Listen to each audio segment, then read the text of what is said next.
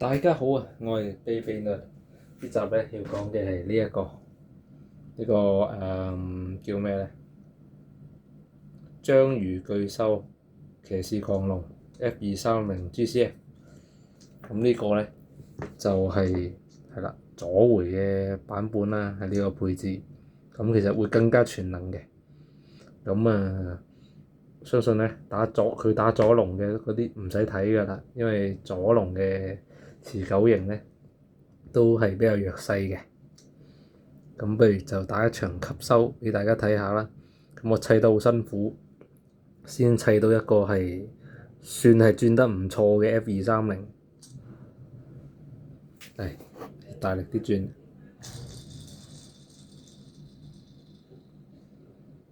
係啦，我拆螺絲，即係又拆又砌，砌咗好多次先砌得出。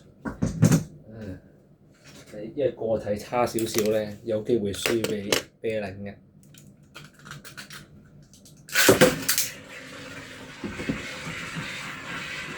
大力少少都得嘅。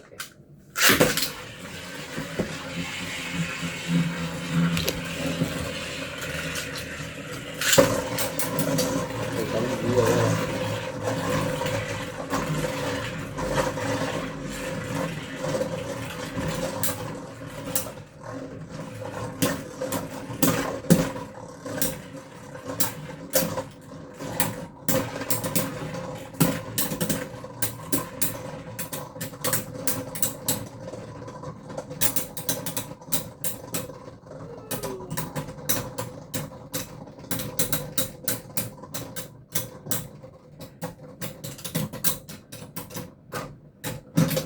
誒，輸咗添，試下再嚟啦。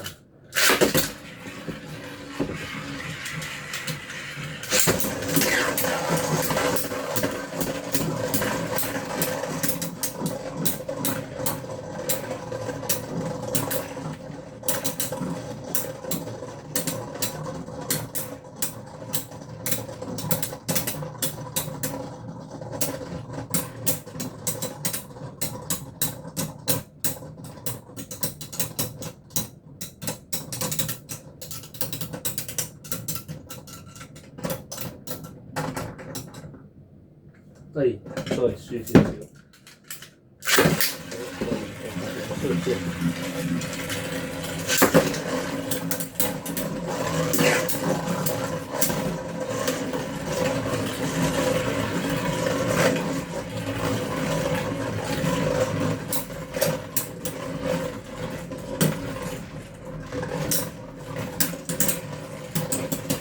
反方向就好難去篩人出去。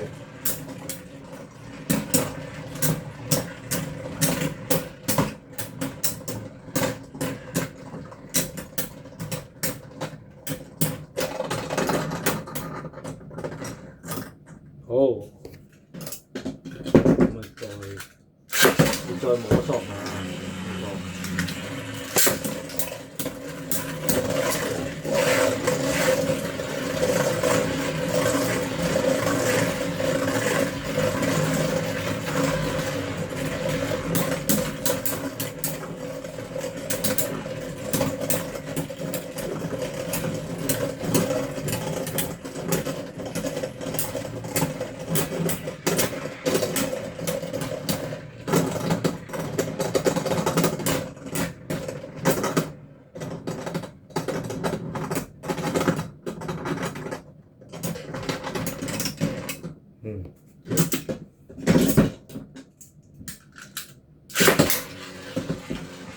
如果佢都斜咧，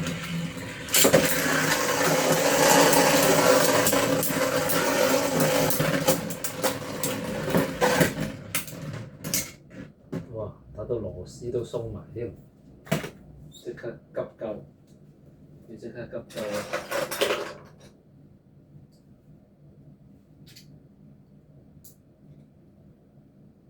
希望冇打爛嘢啦。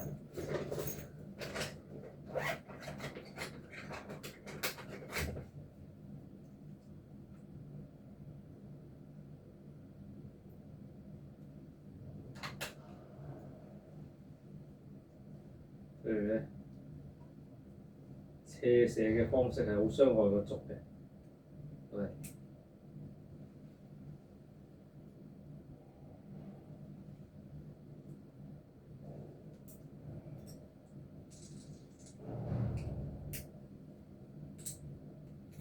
哦，再嚟過，今次會出動最強嘅發射器啦，兩邊都。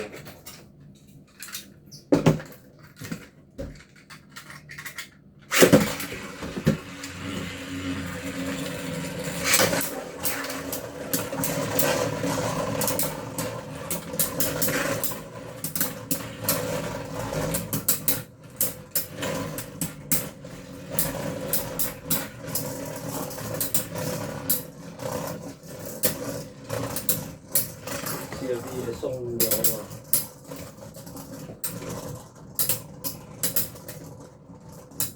出事啦！一定係佢鬆咗。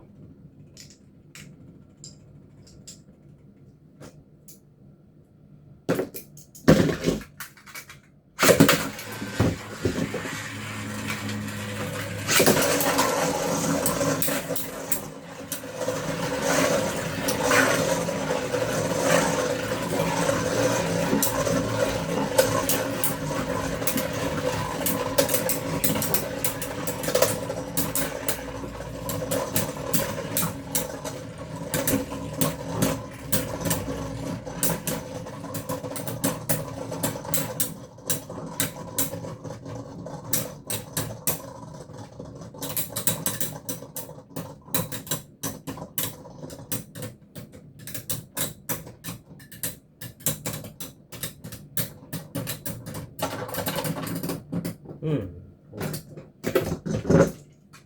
如果平射咧？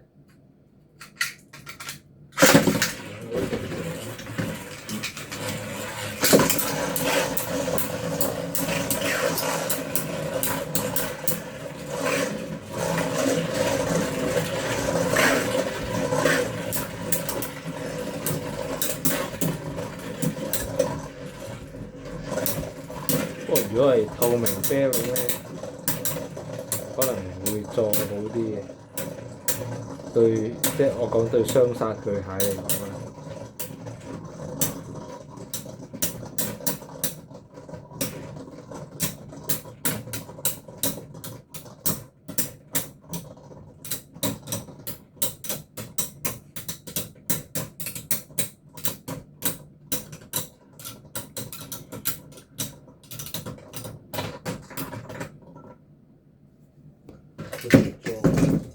好，如果係一個平一個斜咧，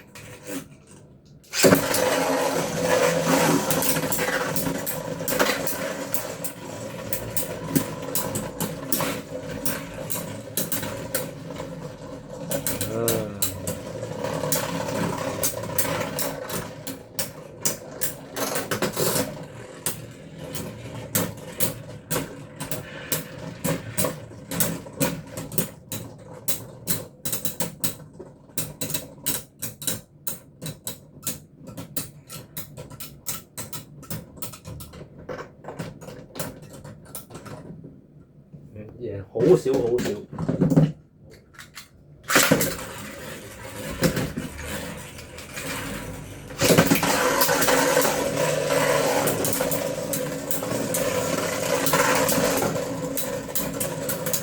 要咁睇落，車嘅勝率會好啲。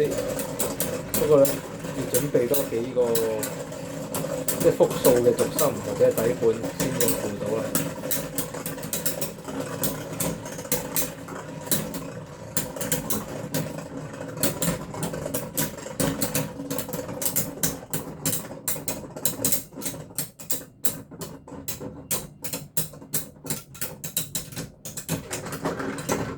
可以嘅，今次輸咗。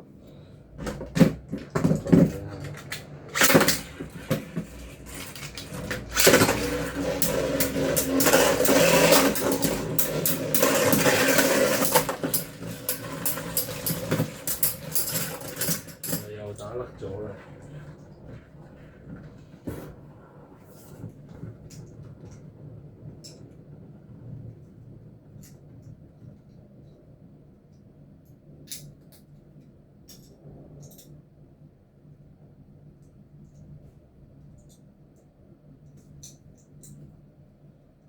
試多次平射啦。如果平射都做到一個高嘅勝率咧，就唔好搞咁多嘢。